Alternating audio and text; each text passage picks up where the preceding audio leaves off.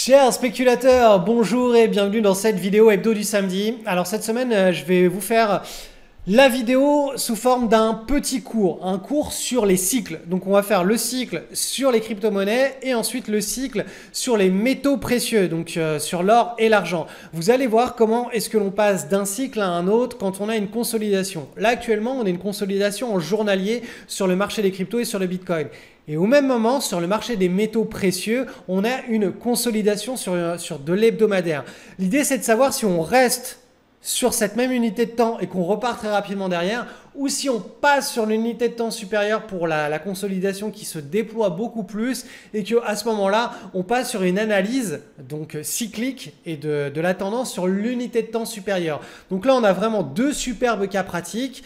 Je vais réitérer mon point de vue sur le Bitcoin et le pourquoi je suis autant optimiste pour 2021 voire 2022 sur le Bitcoin. Ensuite, pareil sur l'or et l'argent. Ce sont des actifs qui sont extrêmement défensifs, mais c'est une réaction aux politiques monétaires des banques centrales. C'est juste ça hein, ce qui est en train de se passer. Donc c'est pour ça qu'on a des super boules là qui sont en train de se mettre en place sur ces actifs défensifs. Donc c'est parti pour l'analyse à deux cycles de cette semaine. Allez, on est parti pour l'analyse du Bitcoin, notre cher Bitcoin qui nous fait tant plaisir depuis plusieurs mois, depuis l'été dernier. Donc on est dans une consolidation en daily, donc rien d'inhabituel. Alors la semaine dernière, voilà, on était dans un scénario, on se disait bon, l'idéal c'est qu'on reste autour de cette zone de pivot, juste en dessous et qu'on consolide. Là, on est allé chercher la bande de Bollinger inférieure, ce qui nous permet d'avoir une belle tasse. Alors je vais vous la tracer, la belle tasse. Hop, là. On a une belle tasse qui est en train de se former. Maintenant, si on veut, si le Bitcoin reste sur cette unité de temps, on devrait avoir l'anse qui devrait bientôt charger. Donc charger, c'est-à-dire on devrait avoir un rebond vers la zone de résistance qui est le pivot, calmer la volatilité et puis boum, à nouveau partir vers le haut. Donc ça, c'est si on reste dans cette logique de cycle. Donc là, on est sur une tendance avec des consolidations en journalier. Et là, on est toujours dans ce cycle. On est sur le bas de la bande de Bollinger. On est sur le cycle. Par contre, si on venait à casser là, cette bande de Bollinger et qu'on faisait une retrace plus importante, qu'est-ce qui se passe? On monte d'une unité de temps. Ça veut dire qu'on passe sur le cycle supérieur. Je vous passe ça en hebdomadaire. Et donc en hebdo, ça voudrait dire tout simplement qu'on a un potentiel de baisse vers la moyenne mobile à 20 semaines hein, qui va remonter au fil des semaines et en même temps les cours vont venir la chercher et on aura une consolidation qui sera un tout petit peu plus longue dans le temps. Hop, comme ceci. Alors là, je vous ai mis un graphe en logarithmique, donc je ne sais pas si c'est vraiment, on voit vraiment grand chose. Mais voilà, l'idée c'est ça.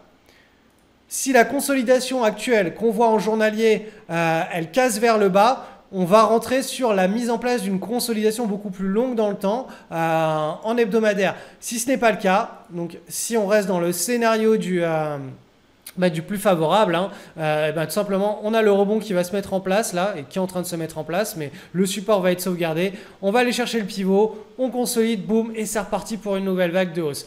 Donc voilà, ça c'est les deux choses à garder à l'esprit. Dans les deux cas, le Bitcoin reste très dans un bull exceptionnel à moyen long terme. Pour moi, là, on n'est pas du tout dans l'éclatement de la bulle du Bitcoin. On a encore vraiment de la marge devant nous, même si ce mouvement est parti vraiment comme une patate chaude. Vous savez, ce qu'on aime bien, c'est quand les mouvements partent tranquillement, un petit peu comme ça. Ça a été le cas sur la dernière bulle. Ça part tranquillement et puis ça s'accélère, ça s'accélère, ça s'accélère. Là, le mouvement est parti vraiment comme une balle. Donc ça, il y a deux possibilités. Soit on fait vraiment le climax run ou l'hyperclimax run d'entrée de jeu et la bulle dure vraiment pas longtemps. Donc voilà, on va chercher les 50, les 100K et ensuite après fin de la bulle. Ça, c'est le premier cas.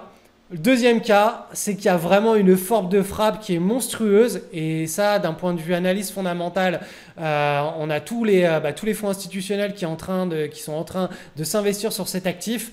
Et à ce moment-là, ça veut simplement dire que le Bitcoin, il a un potentiel qui est extraordinaire sur cette bulle. Donc, je sais que ce que je dis, même moi, quand je le dis, je me dis, mais arrête de te raconter des histoires, Cédric. Tu crois qu'on va aller sur Mars, là, ou quoi? Mais la réalité, c'est que juste quand on analyse factuellement le top départ de de ce mouvement, il a tellement de force et que l'on sait que ce mouvement, il est principalement assuré par les gros fonds institutionnels, on peut se dire mais qu'est-ce que ça va être la suite? Qu'est-ce qui va se passer derrière?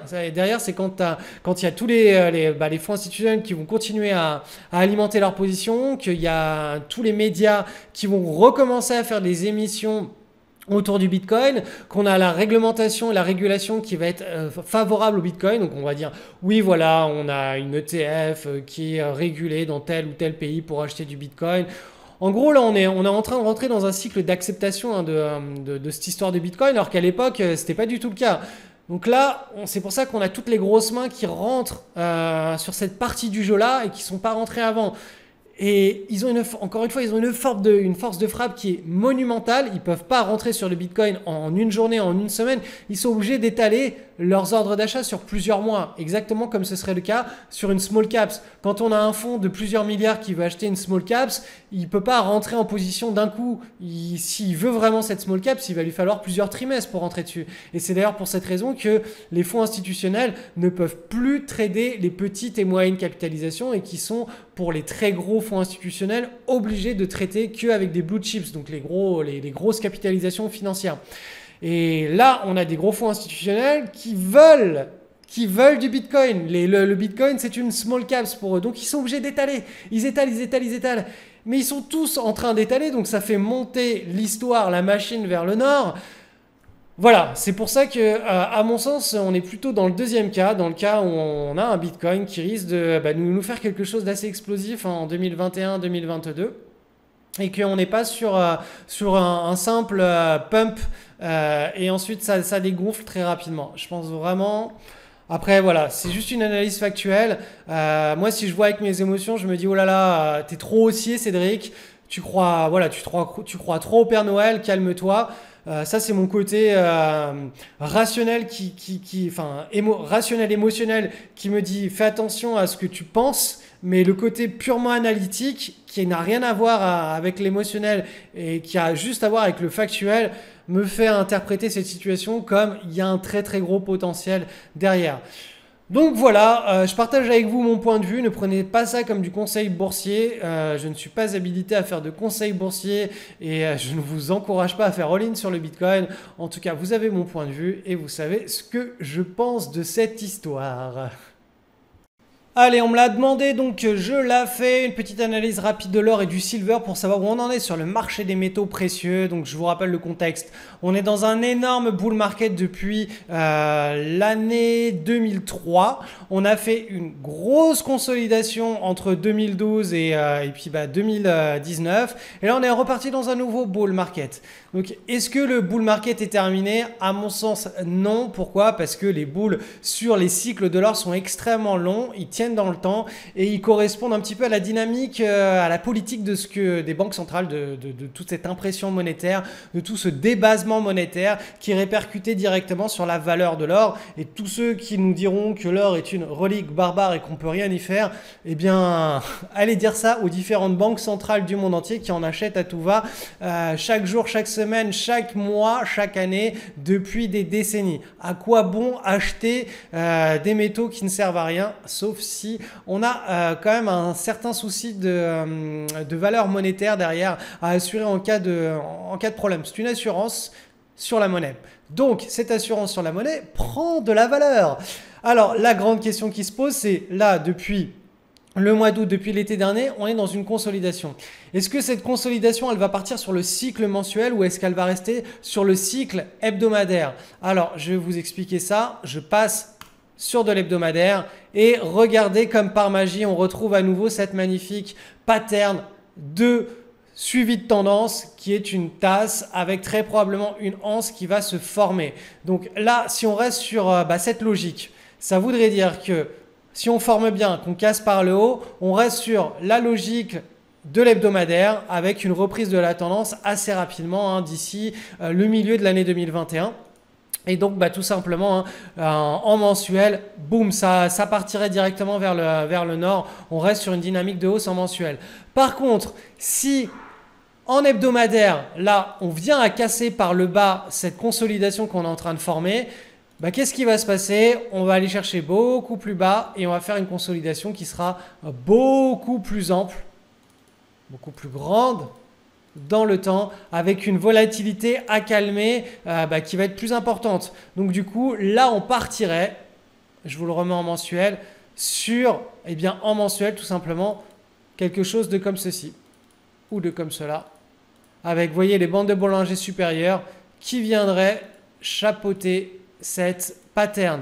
Donc en gros, la vraie question à se poser actuellement, c'est pas est-ce que le bull market est terminé?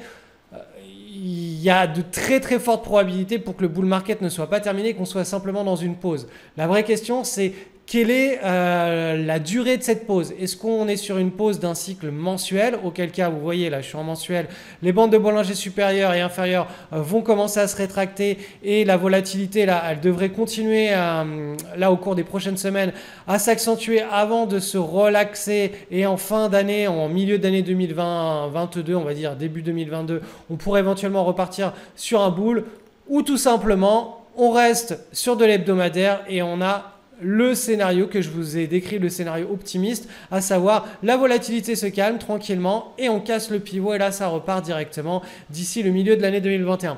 Donc voilà les deux scénarios pour l'or. À mon sens, le plus probable reste le plus positif, à savoir la volatilité elle est déjà en train de se calmer, donc on devrait rester sur les niveaux actuels, consolider et casser vers le haut. L'avenir nous le dira. Et sur le silver, c'est la même chose. Je vous avais déjà tracé il y a plusieurs semaines le scénario, donc je vais vous le retirer parce qu'il correspond vraiment bien à la réalité là. Et on a donc les bandes de Bollinger en hebdomadaire qui se sont bien contractées. On a cette tasse avec l'anse qui est en train de se former. Vous voyez que l'anse, il lui reste juste un petit rebond là vers le pivot. On relaxe un peu et puis boum, on part pour qu'on ait un setup explosif sur le silver. Je vous rappelle que le meilleur moment, en tout cas de mon point de vue, pour rentrer sur un actif qui rentre en tendance, c'est vous avez la large base. Donc un actif qui pendant très très longtemps n'a pas bougé, le consensus de marché a été vraiment correctement établi, puis il se passe un truc, on ne sait pas quoi, peu importe, si on est sur une action, ça peut être un délit d'initié, un nouveau produit, je ne sais pas, un nouveau contrat, une OPA, ce que vous voulez, mais en tout cas voilà, le consensus réétablit à la hausse la valeur de l'actif. Donc extraction de la large base et la première consolidation va nous permettre de voir si c'est juste un pump and dump, donc quelque chose qui s'est gonflé et se dégonfle comme un soufflé, ou si c'est quelque chose qui a vraiment du potentiel et du coup, si ça a du potentiel, ça stabilise et ça recasse par le haut et ça nous démontre que derrière, il y a des puissances acheteuses, il y a des grosses baleines, il y a des institutionnels, il y a un vrai mouvement qui est en train de se mettre en place et c'est pour cela que là, c'est le moment où la probabilité de réussite et l'espérance de gain est la plus importante. Donc là, encore une fois, l'idée en bourse, c'est pas d'acheter le plus bas et de revendre le plus haut, c'est juste de prendre des situations sur lesquelles on a une bonne probabilité de réussite, on a une bonne espérance de gain et de dupliquer ces viandes. On prend plein de morceaux de viande, on veut pas le bœuf complet, on veut juste le meilleur morceau de viande du bœuf. C'est tout. Pour les végétariens, on vous met un énorme morceau de tofu avec des détritus par-dessous. Qu'est-ce que vous allez faire? Vous voulez juste l'intérieur, le plus moelleux, le plus goûtu. Bon, je mange pas de tofu, donc je sais pas si ce que je dis c'est des bêtises ou pas, mais vous avez compris l'analogie. En bourse, on ne recherche pas des trades gagnants à 100%, le plus bas, le plus haut. On veut juste des bouts de viande bien sélectionnés pendant des bonnes périodes. C'est tout. Analyse du SP500. Depuis le crack Corona, on est toujours dans ce beau bull market, dans cette très très belle tendance bien marquée. On a encore et à nouveau une semaine de hausse. Là, on est sur du plus 1,94%. Donc, vous voyez, ce qui caractérise les bull markets, c'est la faible volatilité pendant les tendances haussières. Dans les bear markets, dans les marchés baissiers, les tendances baissières sont extrêmement fortes et marquées, liées au mouvement de panique. Tout le monde vend, les carnets d'ordre sont extrêmement larges, il y a peu de liquidité et du coup ça précipite à la baisse. Tandis que en général les mouvements optimistes sont beaucoup plus calmes, ils se font tranquillement dans le temps. Quand il y a une petite correction de marché qui se met en place, en général c'est sur 1 ou 2 semaines, boum, ça retrace d'un coup. Mais voilà, le propre des marchés aussi, ce sont des successions, comme vous pouvez le voir d'ailleurs hop là, ici, des successions, plein de petites successions de semaines haussières, entrecarrées, de semaines où il ne se passe pas grand chose, où ça évolue latéralement avant de repartir à la hausse, ça évolue latéralement avant de repartir à la hausse, et éventuellement sur les fins de boule, on accélère, on a une fièvre acheteuse qui se met en place avant d'avoir la correction. Donc là actuellement, hein, on est exactement dans un cas typique, à savoir, on est dans le bull là, enclenché le 9 novembre, hein, puisqu'on est sur des plus hauts historiques. On est sorti de la consolidation, donc là, boum, c'est en principe parti pour quand même plusieurs trimestres. Hein. Merci les banques centrales.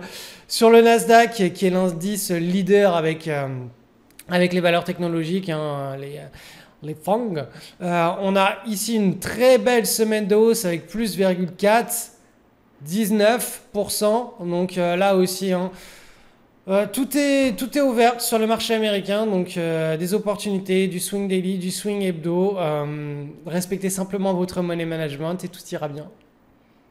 Alors la semaine dernière, je vous avais parlé d'une potentialité de trade sur le titre Urbas, donc qui est coté sur le marché allemand. Donc là, qu'est-ce qu'on a eu? Alors, je vais vous effacer tout ça.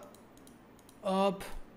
On a eu donc ici le breakout le lundi avec des gros volumes. Donc qu'est-ce qui se passe, hein, pour tous ceux qui savent ma manière de trader? Eh bien tout simplement, on va se placer avec un ordre à plage de déclenchement légèrement au-dessus de cette séance de breakout. Et si c'est dépassé, on est lancé dans le trade. Notre ordre à plage de déclenchement d'achat est emmagasiné par le marché et on part sur la tendance. Donc là, on n'a pas eu la confirmation. Donc là, c'est en train de revenir tester la zone de support. Ça ne veut pas du tout dire que le trade est invalidé. Ça veut simplement dire que si les cours venaient à réévoluer au-dessus très rapidement, on garde l'ordre à plage de déclenchement, on attend tranquillement et puis quand ça part, on est exécuté. Par contre, si les cours viennent à évoluer trop longtemps en dessous de cette zone de support, hein, de cette zone de support qui deviendrait résistance, et bien là, on retirait tout simplement notre ordre à plage de déclenchement. Après, pour tous ceux qui sont en mode pyramidage, c'est toute la beauté du pyramidage, hein, c'est que ça permet, si vous avez pris le signal le plus précoce, celui qui était le moins pertinent d'un point de vue probabilité de réussite, hein, et bien là, vous avez que 30 ou 50% de la position qui est engagée sur le marché et vous avez un stop loss qui est très large, qui est très loin et qui est pour le moment très très très loin d'être inquiété. Donc voilà pour le suivi de ce trade, on verra ce qui se passe tranquillement dans les prochaines semaines. L'idée, hein, c'est d'avoir un petit peu un fil conducteur autour de cette vidéo hebdo avec un swing trade assez, je dirais, classique d'un point de vue de ce qu'on fait en suivi de tendance, tout simplement. Allez, dans la même veine, je vous mets un petit trade qu'un élève a posté en direct, en live sur lequel il est dessus. Donc ça se passe dans mon école. Je vous rappelle d'ailleurs au passage que j'ai rouvert la version fast track de mon école de bourse. C'est-à-dire que au lieu que la rentrée se fasse en septembre et se termine en mai, donc une année scolaire complète, là on fait le programme en 4 à 5 mois. Après, le forum privé de discussion et de suivi des trades reste ouvert plus longtemps. Mais en tout cas, le programme, on l'abat beaucoup plus rapidement. Ça permet pour tous ceux d'entre vous qui préfèrent avoir l'enseignement en un minimum de temps, de le réaliser en ce minimum de temps. Donc les inscriptions sont ouvertes une fois par an pour le fast track, c'est en ce moment, ça va fermer dans pas longtemps, je pense que d'ici une semaine, on est le 23 janvier, donc à peu près la semaine prochaine, on devrait fermer. Donc je vous ai mis le lien en description de cette vidéo, allez jeter un coup d'œil et là je vais vous montrer un petit trade. Hop, donc on est sur l'action Paro. Donc Paro, regardez, en journalier, on a cette large base, on s'extrait de cette large base. En hebdomadaire, boum, on a une tasse avec une anse. Vous la voyez, hein, cette petite anse très très propre. On a le breakout ici. Donc ce qui se passe, c'est que on va timer cette entrée en journalier quand on a un breakout qui est propre, qui est bien au-dessus du pivot avec des volumes. On a les volumes, on a le breakout. On a la pattern qui est propre. Qu'est-ce qui se passe? Boum, on se fait exécuter sur la validation du breakout. On surfe la tendance. Et là, c'est déjà un trade gratuit en l'espace de quelques jours. Ce trade est gratuit. Je vous mets juste le post de cet élève qui se fait dans notre forum privé. Donc, si ça vous intéresse de faire le même genre de choses sur la partie spéculation active de votre patrimoine, n'hésitez pas à nous rejoindre. Il y a aussi une partie spéculation entre guillemets passive et semi-passive, donc c'est pas vraiment de la spéculation, c'est pour tenir un portefeuille long terme avec un minimum de fiscalité, voire sans fiscalité, et un maximum de performance. Vous verrez, je vous apprends à faire ça dans le deuxième pilier du programme de mon école, hein. Donc le fast track est ouvert, profitez-en. Si vous avez des questions, n'hésitez pas à m'envoyer un email. J'en profite aussi pour vous dire que cette semaine et la semaine prochaine, dans les emails privés, je vais analyser des track records d'élèves qui m'ont été envoyés et qui correspondent donc à leur bilan de performance de l'année 2020. On verra aussi quelques trades qui ont été exécutés par eux. Donc tout ça, ça va être dans les emails privés de la semaine prochaine et de la semaine d'après. Donc si vous n'êtes pas encore inscrit à ma mailing list, le lien est aussi en description. J'ai eu des problèmes depuis 10 jours avec mon logiciel d'envoi d'email. Normalement, tout devrait rentrer dans l'ordre. Donc si vous n'avez pas reçu dernièrement mes emails privés, n'hésitez pas à vous réinscrire. Normalement, ça devrait être OK. Je vous souhaite vraiment une bonne semaine.